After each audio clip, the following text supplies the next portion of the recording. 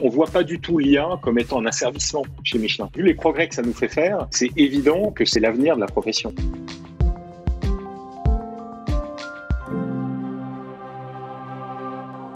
En 1891, Michelin inventait le premier pneu démontable, un an avant le véritable lancement de l'automobile. 130 ans plus tard, Michelin est leader mondial et compte bien garder un pneu d'avance. Et la clé, c'est la data. Et avec près de 200 millions de pneus vendus chaque année, on peut dire qu'il y en a des données à exploiter. Cela peut permettre par exemple de réduire de 30% les ruptures de stock.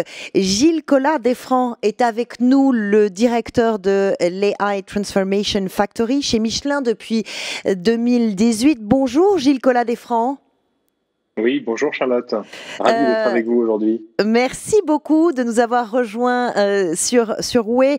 30 ans que vous travaillez chez Michelin, on peut parler de fidélité. Est-ce qu'on peut dire vraiment que l'innovation, c'est l'ADN de Michelin? Ah oui, c'est très clair, c'est très clair. Michelin est né d'une innovation avec le pneu démontable et finalement a vécu toute sa croissance à travers beaucoup d'innovations dans le caoutchouc, dans les matériaux de renfort et aussi avec l'avènement du radial que Michelin a inventé. Et donc c'est clairement dans notre ADN et ça fait partie de notre vie de tous les jours.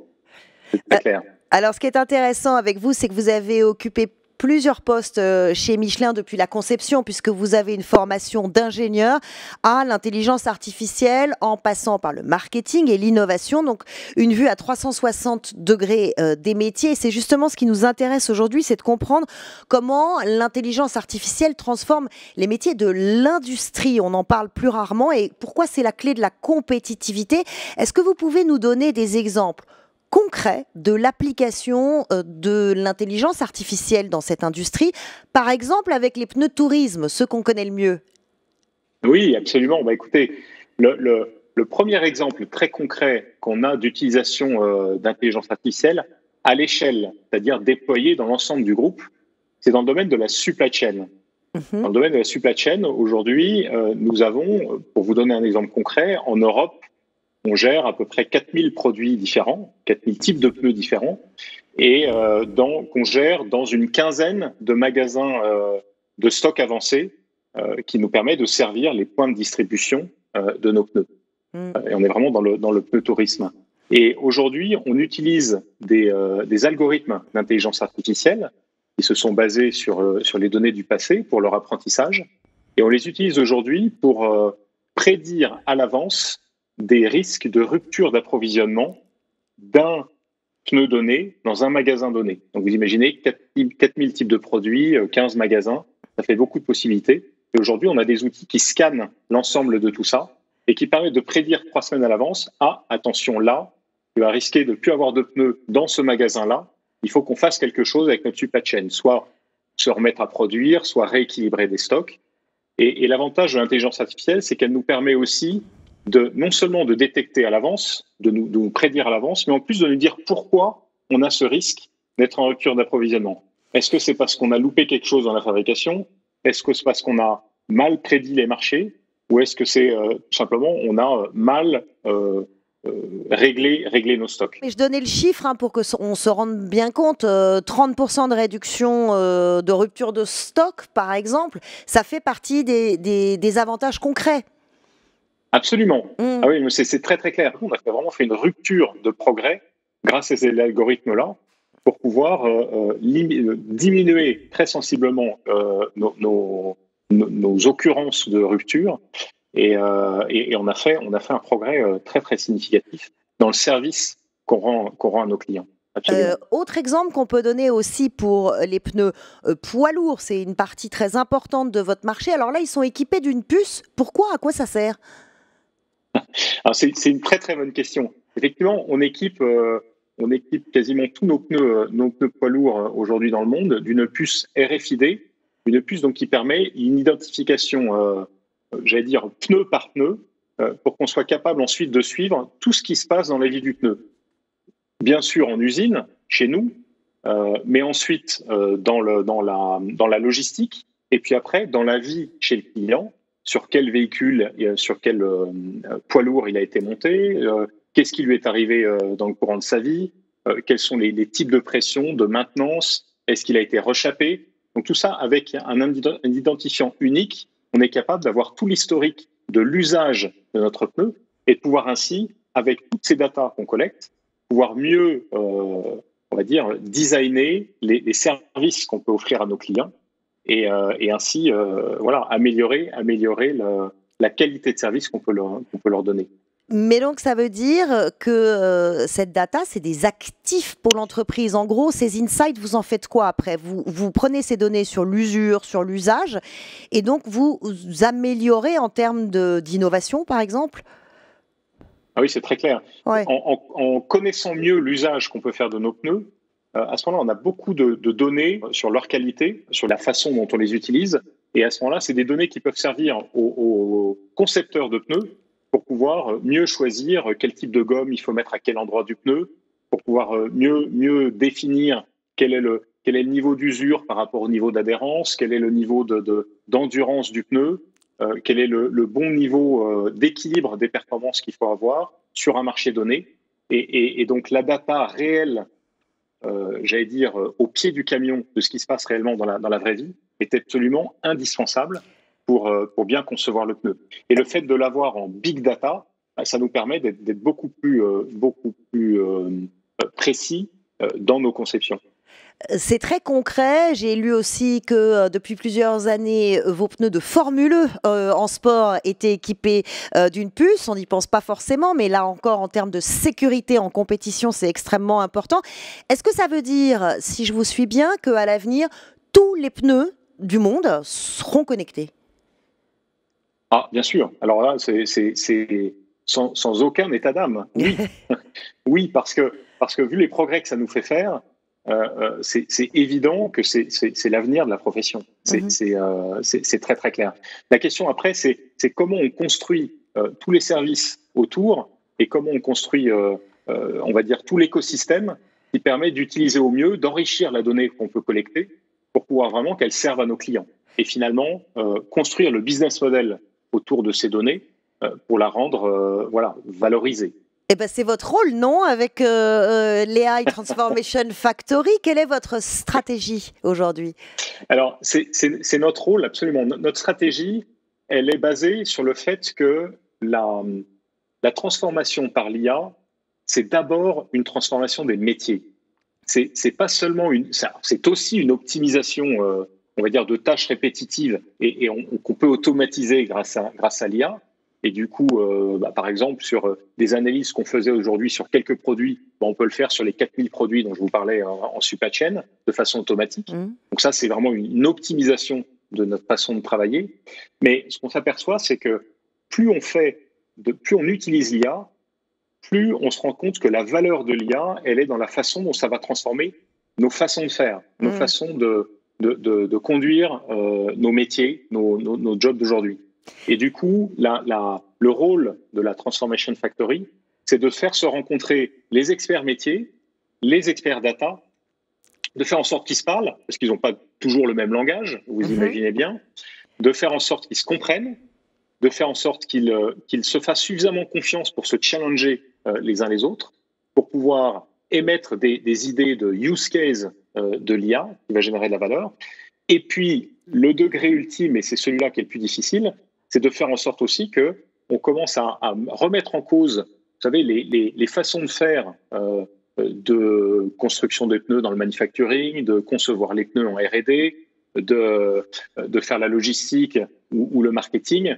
On est une entreprise centenaire, vous imaginez bien que nos processus, ils ont un certain nombre de couches et nos experts ont basé leur expertise sur la maîtrise de toutes ces couches de processus. Et là, on leur dit, voilà, avec l'AI, il faut remettre tout ça en cause parce qu'on peut extrêmement simplifier. On peut imaginer l'AI comme étant un absorbeur de complexité et en absorbant cette complexité, on va pouvoir désiloter nos métiers et puis complètement simplifier la façon dont on le fait. Et finalement, avoir des experts métiers qui seront des hommes augmentés pour se focaliser sur les tâches à plus forte valeur ajoutée. Vous parlez de la transformation des métiers. Ça ne se fait pas en un jour. Vous avez dit que c'était une très ancienne entreprise avec une culture très ancrée. Il y a 115 000 collaborateurs dans 171 pays. Il y a des métiers extrêmement différents. Comment vous faites pour implémenter ces nouvelles technologies et pour les faire adopter surtout? Alors surtout, en fait, le premier principe, c'est que les métiers qui sont déjà organisés en réseau, en direction opérationnelle, c'est bien les métiers qui doivent décider de quels sont les portefeuilles de projets qu'on va avoir dans l'IA. Et donc les métiers sont complètement en charge, aux manettes de cette transformation. Et ça, c'est absolument clé. Donc, on ne peut pas déléguer à un groupe de data scientists ou des systèmes d'information, allez, automatisez-moi tout ça, ça ne marchera pas. Donc, très clairement, il y a un empowerment des métiers. Votre collaborateur Éric Chagnaud, il est Chief Digital Officer et Senior Vice-président de Michelin. Il dit la data, comme la transformation digitale, c'est 95% de change management et 5% seulement de technologie. Les entreprises qui feront la différence sont celles qui seront capables de combiner le potentiel extraordinaire des collaborateurs avec l'IA. C'est ça votre philosophie? C'est très clair. C'est très clair. On voit vraiment l'IA comme étant une aventure humaine. Et c'est d'abord humain, c'est d'abord les facteurs humains qui comptent. C'est comment on met les équipes dans des situations où elles vont se faire confiance, elles vont pouvoir se challenger, elles vont pouvoir avancer ensemble, elles vont pouvoir se mobiliser autour d'une vision qui donne envie et qui fait avancer. Donc on ne voit pas du tout l'IA comme étant un asservissement chez Michelin. On le voit plutôt comme étant une capacité de complètement enrichir nos métiers et pour pouvoir le faire mieux, le faire plus vite. Et du coup être plus motivé dans ce qu'on fait. Donc c'est vraiment un engagement humain avant tout. Et donc tout le rôle on va dire de l'accompagnement, du management, c'est de créer les conditions qui permettent à tous ces différents experts de différents mondes de pouvoir travailler les uns avec les autres. Combien de temps vous donnez pour être une entreprise? Encore une fois, on en a donné l'échelle qui est énorme. Combien de temps vous donnez pour devenir une entreprise 100% data-driven? On est à plein dedans déjà. Je crois qu'on doit gérer plus de 600 terras de données et on doit être... je pense qu'on doit générer 2 ou 3 terras de données par jour. Donc... on a déjà de la data comme un asset chez Michelin. Est-ce qu'on est 100% data-driven? Bien sûr que non, et ça va prendre beaucoup de temps parce qu'on a encore beaucoup d'opportunités à saisir. On se donne 3 ans pour être complètement dans cette dynamique-là. Est-ce que dans 3 ans, on pourra dire qu'on est 100% data-driven? C'est très difficile à calculer ou à mesurer, mais ce qui est certain, c'est que dans 3 ans, tous les métiers auront une dynamique de transformation par la data qui sera extrêmement visible et impactante dans la vie de tous les jours. Donc en gros, l'ensemble des métiers aura entamé une mutation en profondeur. Vous l'avez dit, ça représente des téraoctets de données. Un mot sur le stockage quand même et surtout sur la protection des données, parce qu'il faut rappeler qu'une entreprise comme Michelin, qui est avant tout un inventeur et un concepteur, a toujours été fondée sur la culture du brevet. Qui dit culture du brevet dit culture du secret. C'est une des clés pour rester numéro 1. Comment faites-vous pour stocker et pour protéger ces données ? C'est une excellente question. On a plusieurs types de niveaux de confidentialité dans les données. On a des données très confidentielles, des données moyennement confidentielles et des données publiques, on va dire. Donc les données très confidentielles sont stockées sur des serveurs internes, sur nos infrastructures qu'on protège comme la prunelle de nos yeux. Ensuite, on a des données moins confidentielles qu'on accepte de mettre sur le cloud. Bien sûr, c'est une grande majorité des données qu'on manipule. Mais j'allais dire, ce qu'on a appris avec l'IA, c'est que même à partir de données moins confidentielles, on va pouvoir travailler sur des savoir-faire de l'entreprise qu'on va considérer core. Qu'est-ce que c'est qu'un savoir-faire cœur de notre entreprise? C'est le savoir-faire qui nous différencie par rapport à la concurrence et qu'on a du mal à aller chercher en dehors de l'entreprise. C'est-à-dire qu'on s'est créé nous-mêmes et qu'il faut qu'on protège puisqu'il nous donne un avantage compétitif. Et là, ce qu'on s'aperçoit, c'est que même des données moins confidentielles on pourrait reconstruire à travers du big data, reconstruire ces savoir-faire.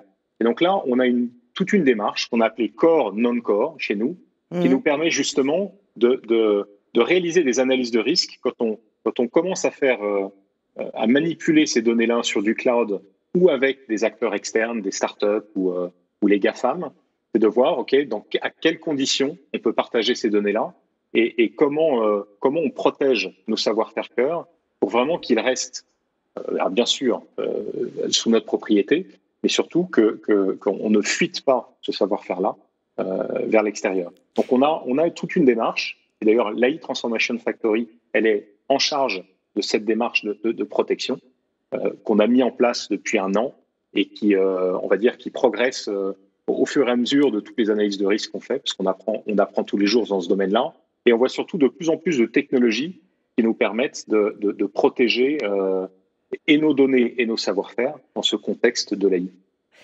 J'ai une dernière question pour vous, Gilles Collat-Desfrancs. Michelin, ce sont des pneus, mais pas seulement. C'est aussi tous des services qui vont autour de la mobilité. Il y a eu les guides. Vous qui connaissez cette entreprise par cœur et qui l'aimez, vous imaginez quoi? Ce serait quoi votre rêve du futur? L'IA pourrait servir à quoi? Vous avez un rêve pour demain?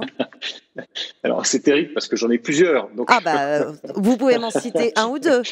Mais je pense que, oui, bien sûr, dans le domaine des services, il est évident qu'une meilleure connaissance de nos usages de nos pneus nous permet ensuite d'être beaucoup plus précis dans la manière dont on va proposer la maintenance de nos pneus, dans la manière dont on va pouvoir proposer des services autour de la gestion des flottes. Mais on va voir aussi qu'on va récupérer aussi beaucoup d'informations à travers l'usage des pneus sur ce que c'est qu'une route. Un pneu qui passe sur un nid de poule, si on a le bon capteur, on va pouvoir le capter. Et donc, cette information-là, elle peut servir à plein de choses. Elle peut servir à nourrir des entreprises de maintenance des routes. Elle peut servir à nourrir des organisations gouvernementales en charge de la maintenance. Ça, c'est un exemple d'utilisation nouvelle de données que nous pouvons générer, qui peut être très riche. Donc, mon rêve, c'est qu'effectivement, Michelin, à travers son pneu, qui est le seul organe d'un véhicule qui est en contact avec le sol, puisse justement participer à la construction d'une mobilité plus sûre, d'une mobilité plus durable, d'une mobilité plus sympa, tout simplement. Mais j'allais dire, ça ne va pas que là, parce qu'on a aussi d'autres savoir-faire chez Michelin, notamment dans le domaine des matériaux, où on peut faire bénéficier d'autres industries de nos matériaux. Et d'ailleurs, c'est un des axes de développement stratégique de l'entreprise dans le domaine des matériaux de haute technologie, c'est d'utiliser notre savoir-faire au service d'autres industries. Tenez-vous bien, aujourd'hui, on utilise des élastomères Michelin dans le domaine du médical. Donc, c'est en train de se développer. Et là, mon rêve, c'est que l'IA, elle nous permette d'aller plus vite là-dedans.